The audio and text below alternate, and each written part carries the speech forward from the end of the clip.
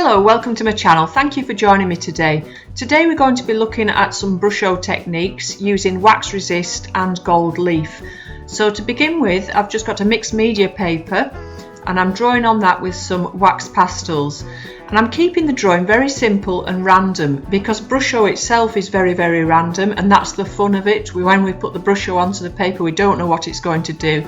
So I wanted to keep that feel. So all I'm doing really with the wax pastels is picking out a few colours that I thought were quite autumny, so some nice reds and golds, and I've also popped some green in the back as well, and picking out some bits of leaf shapes and a lot of nice curls and swirls of different lines, but completely out of the head. You could actually make them a little bit bigger than this if you wanted and make them a bit more structured, but just a very quick little sketch of maybe a tree or something like that in nice autumn colours, but not too much detail. We're just keeping those lines as a bit of a resist for the Brusho.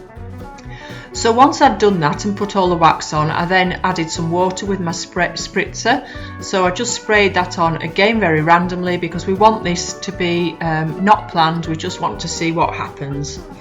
And then added in the Brushos. So the Brushos that I used were burnt sienna, scarlet, the lemon yellow and orange. Or it might have been the sunburst yellow, I'm having to think now. Maybe the sunburst yellow because I use that one quite a lot.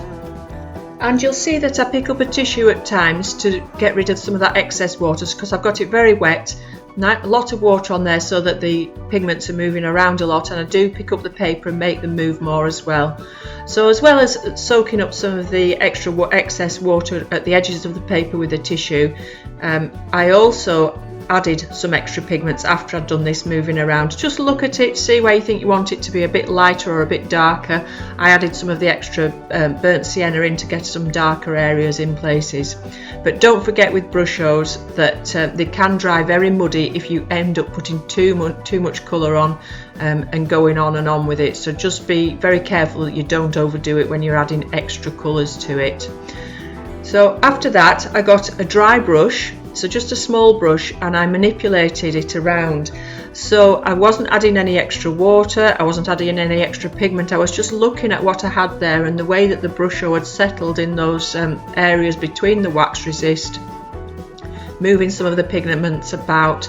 I picked up some of the darker colours and moved them to different areas and just picked out some of the shapes of the leaves and things that I'd made earlier.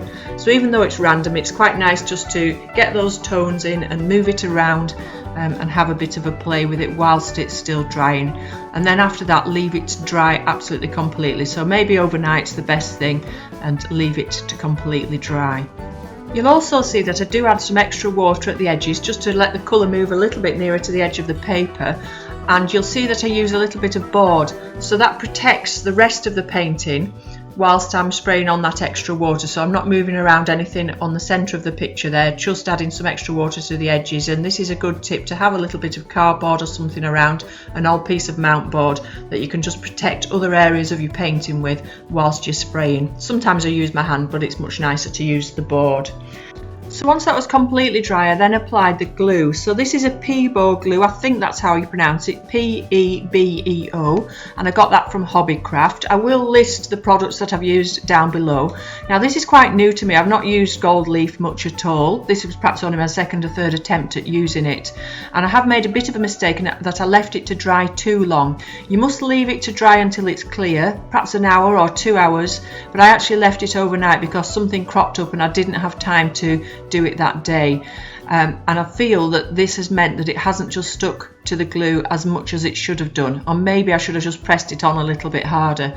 So I used this technique where I lift the gold leaf out of the carton there using a dry brush and sort of using the static that the brush creates to lift it out, otherwise I end up with it everywhere, and then pressing it on with the brush.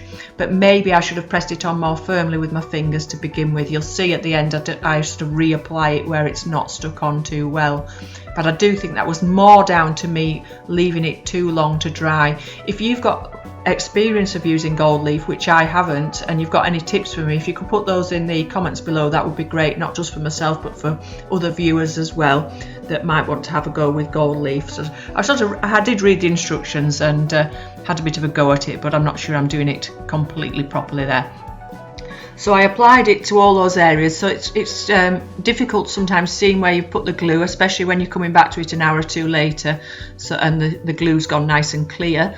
So just put your head to one side, see where the glue's shining, and try not to miss any bits that you've got there where you wanted the glue. So with the glue, I just again copied some of those earlier lines, reinforced some of those earlier lines, and tried to pick up some of those leaf and curl shapes in again completely random places. If you wanted to do it much more structured, you could think about where your light sources were. You could do a bigger leaf as a focal point, but you could just use this as a background for something else. I mean, it could be used for all sorts of different applications.